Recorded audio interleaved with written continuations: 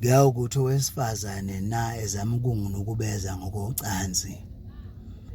Ngiyakubumba umlomo ngiphimisa amagama ukuthi angifuni mina, angifuni ukuthi uyabona ke ngitefe.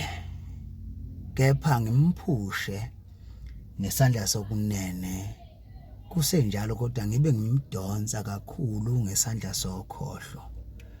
Kuyakuthi nako khona ababonileyo abazama ukuyisukumela leyo ndaba malungana nokomthetho noma nengalo yomthetho bebhala ingqembezi bethi justice for Sobethu. Labo angiyokudlelana nabo, ngiyababuka ngenzondo uba bangena indaba abangahlangene nazo.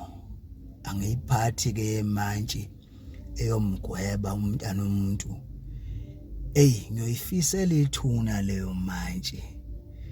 Ngibe ngilungiselela itulo nakhona lokuyogqekeza ijele ukuze aphume umhlobo wami othembekile kimi.